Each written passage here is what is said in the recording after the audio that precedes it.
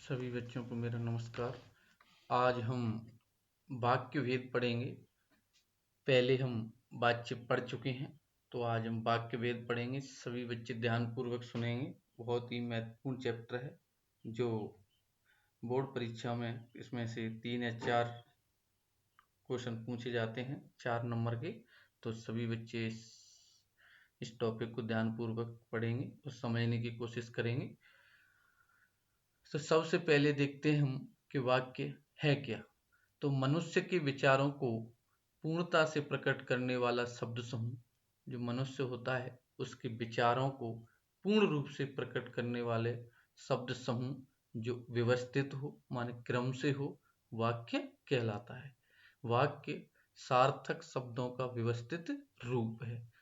वाक्य होता है वो एक व्यवस्थित शब्दों का समूह होना चाहिए और सार्थक शब्द होने चाहिए। जिस प्रकार से, जैसे आप देख सकते हैं यहाँ पर उदाहरण, राम स्कूल जाता है। तो यहाँ पर जो शब्द हैं उनका एक व्यवस्थित क्रम है, उसी को हम क्या कहते हैं? वाक्य कहते हैं। क्या कहते हैं? वाक्य कहते हैं। देखो यहाँ पर राम स्कूल जाता है, यहाँ पर जो शब्दों का व्यवस्थित क्रम है इसे ही हम वाक्य कहते हैं। जिसमें वाक्य, देखो वाक्य यहाँ पर अगर मैं इसको ऐसे कर देता, जाता स्कूल राम, तो इसका सार्थक या व्यवस्थित क्रम नहीं होता और इसका कोई अर्थ भी नहीं निकलता।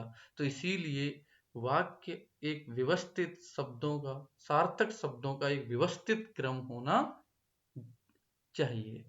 तो इस प्रकार से आगे पढ़ेंगे वाक्य के घटक। एक वाक्य में कम से कम 2 शब्द, कर्ता और क्रिया। एक वाक्य के अंतर्गत कर्ता और क्रिया, ये चीजें अवश्य होनी चाहिए। एक वाक्य में, हिंदी वाक्यों के अंतर्गत, ये कर्ता और क्रिया अवश्य होनी चाहिए। अगर किसी वाक्य में कर्ता और क्रिया में से एक भी चीज नहीं है तो वो वाक्य नहीं कहलाएगा। इसलिए हिंदी वाक्यों के अंतर्गत किसी भी वाक्य में कर्ता और क्रिया का होना बहुत जरूरी, माने आवश्यक है। जब तक आप उसको वाक्य नहीं बोल सकते, अगर कर्ता और क्रिया में से एक भी नहीं है तो हम उसे हिंदी में वाक्य नहीं बोल सकते। इसीलिए हिंदी वाक्य के अंतर्गत कर्ता और क्रिया का होना आवश्यक है। इसके अलावा अन्य चीजें भी होती हैं जो भी इसके अंतर्गत आती हैं, लेकिन इनका होना कोई जरूरी नहीं है। जैसे विशेषण, आप जानते ही होंगे, क्रिया विशेषण, कारक आदि, इन्हें ऐच्छिक कहा जाता है। माने ये चीजें किसी वाक्य में होती हैं, किसी में नहीं होती हैं, स्थिति के अनुसार होती हैं। अब यहाँ पर पढ़ेंगे हम, जो आगे पढ़ेंगे तो यहाँ पर जो वाक्य के अंतर्गत एक उद्देश्य होता है और दूसरा होता है विधेय। तो ये इनसे भी बहुत सारे प्रश्न पेपर में पूछे जाते हैं। पूछा जाता है, एक वाक्य दे दिया जाएगा, पूछा जाएगा कि इसमें उद्देश्य क्या है और विधेय क्या है। तो हम इसके बारे में ध्यान से पढ़ेंगे, सभी बच्चे समझेंगे उद्देश्य और विधेय क्या है। तो देखो सबसे पहले पढ़ेंगे हम उद्देश्य। क्या पढ़ेंगे? उद्देश्य। उद्देश्य के बारे में पढ़ेंगे, जानेंगे उद्देश्य क्या है। उद्देश्य वाक्य में जिसके विषय में कुछ कहा जाए वह उद्देश्य कहलाता है। उद्देश्य क्या होता है? वाक्य में जिसके विषय में कुछ कहा जाए वह उद्देश्य कहलाता है। देखिए, जिसके विषय में, जिसके विषय का मतलब यहाँ पर समझ में आया हो वाक्य में। जैसे जिसके विषय का मतलब कर्ता से, किससे है? कर्ता से। यहाँ पर देख सकते हैं, यहाँ पे समझ सकते हैं, कर्ता और कर्ता का विस्तार क्या कहलाता है? उद्देश्य कहलाता है। ऐसे पेपर में प्रश्न पूछ लिया जाएगा, वाक्य दे दिया जाएगा, वाक्य दिया जाएगा, उसमें कहा जाएगा कि इसमें उद्देश्य छांटिए, उद्देश्य बताइए। तो उद्देश्य वाक्य के अंतर्गत कर्ता और कर्ता का विस्तार कहलाता है। कर्ता और कर्ता का विस्तार क्या होता है? उद्देश्य होता है। और उसके बाद देखेंगे विधेय।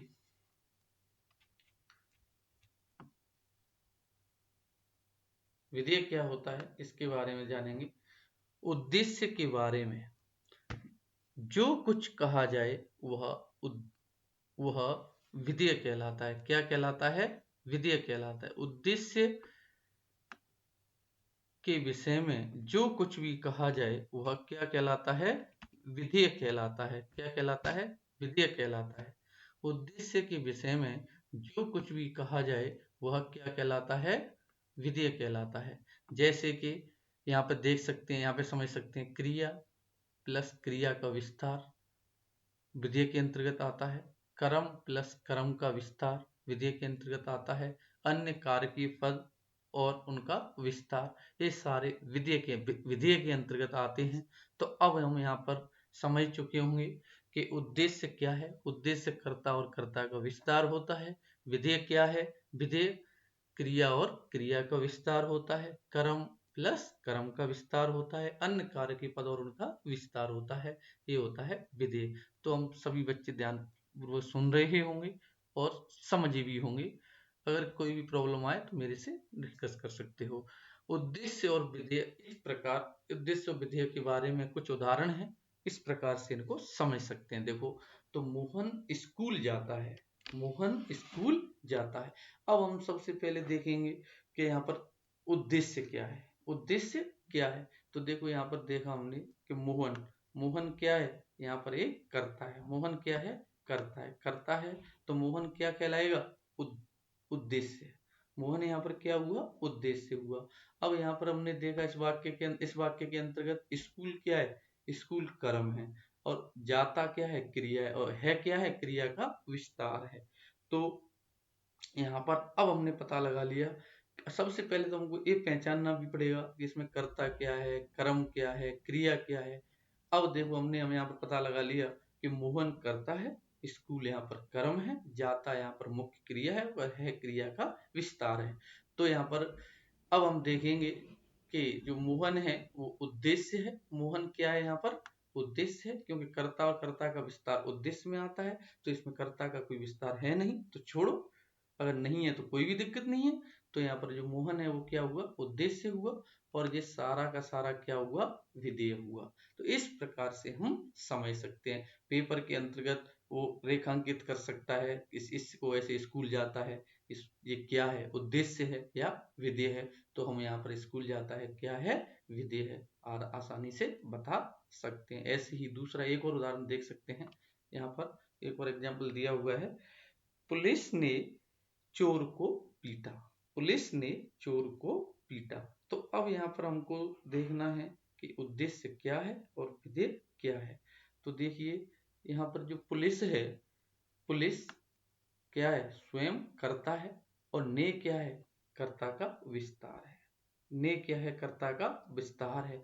तो पुलिस ने, अब यहाँ पर ये क्या हुआ? पुलिस ने क्या हुआ? उद्देश्य हुआ। और ये चोर है, कर्म है। चोर है क्या है? कर्म है, को संबंध बता रहा है। तो क्या हुआ? कर्म हुआ। चोर को, चोर कर्म हुआ। और पीटा क्या है? क्रिया। पीटा क्या है? यहाँ पर क्रिया। तो इस प्रकार से हम देख सकते हैं कि जो पुलिस ने उद्देश्य है, किसको पीटा? चोर को। चोर क्या है? कर्म। अगर हम कर्ता के बारे में ऐसे पता नहीं लगा पाते हैं कर्ता इसमें क्या है, तो मैंने आपको पहले भी वाक्य में बताया था कि क्रिया के साथ में क्या लगा के प्रश्न कीजिए तो आपको आंसर मिल जाएगा। क्या या किसको लगा के प्रश्न करो, अगर वो आंसर मिलता है तो कर्म होता है आंसर। अगर कर्म है तो क्रिया सकर्म। अब इसमें देखो, पुलिस ने चोर को पीटा। किसको पीटा? चोर को। तो यहाँ पर जो चोर है वो क्या है? कर्म। तो इस प्रकार से चोर को पीटा, ये यहाँ पर सारा का सारा क्या है? विधेय है। इस प्रकार से हम देख सकते हैं।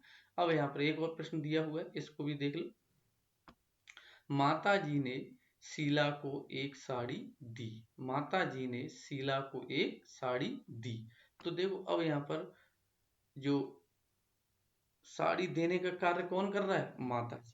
देने का कार्य कौन कर रहा है? माता जी। तो यहाँ पर माता जी क्या है? करता है। करता है तो माता जी यहाँ पर क्या होगा? करता। अब माता जी ने, माता यहाँ पर करता है और जी ने यहाँ पर क्या है? कर्ता का विस्तार है। तो ये भी किसके अंतर्गत आ जाएगा? उद्देश्य के अंतर्गत आ जाएगा। माता जी ने, ये क्या हुआ? सारा का सारा उद्देश्य हुआ। शीला को एक साड़ी दी। अब यहाँ पर साड़ी दी, दी क्या है? क्रिया है। अब यहाँ पर जो शीला है वो कर्म है। किसको दी?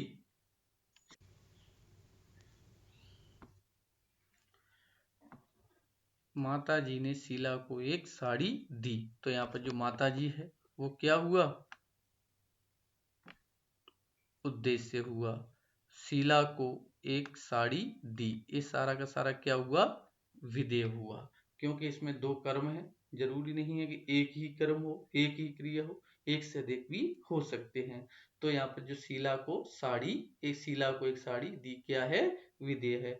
अब यहाँ पर हम पढ़ेंगे रचना की दृष्टि से वाक्य के भेद। रचना की दृष्टि से वाक्य के भेद हम 9th क्लास में अर्थ की दृष्टि से वाक्य के भेद पढ़ चुके हैं, जो कि 8 प्रकार के होते हैं। रचना की दृष्टि से वाक्य के भेद कितने प्रकार के होते हैं, 3 प्रकार के। रचना की दृष्टि से वाक्य के 3 भेद होते हैं। नंबर 1 सरल या साधारण वाक्य बोल सकते हैं, नंबर 2 संयुक्त वाक्य, नंबर 3 मिश्र वाक्य। तो अब हम इन्हें अगले वीडियो में जानेंगे कि सरल वाक्य क्या है, संयुक्त वाक्य क्या है, मिश्र वाक्य क्या है। तो जहां तक मैंने आज ये पढ़ाया है, इसे सभी बच्चे ध्यान पूर्वक समझे होंगे, सुना भी होगा, और भी बहुत सारे उदाहरण देखेंगे कि उद्देश्य क्या है, विधेय क्या है, इसके बारे में आपने जाना होगा। वाक्य की परिभाषा के बारे में भी आपने जाना होगा। और यहाँ पर जो रचना की दृष्टि से वाक्य के 3 भेद होते हैं, इनके बारे में प्रश्न पेपर में पूछे जाते हैं। सरल वाक्य या साधारण वाक्य होता है पहला भेद, दूसरा संयुक्त वाक्य, तीसरा मिश्र वाक्य। तो इनके बारे में प्रश्न पूछे जाते हैं, इन्हें हम अगले वीडियो में पढ़ेंगे। सभी बच्चों को धन्यवाद।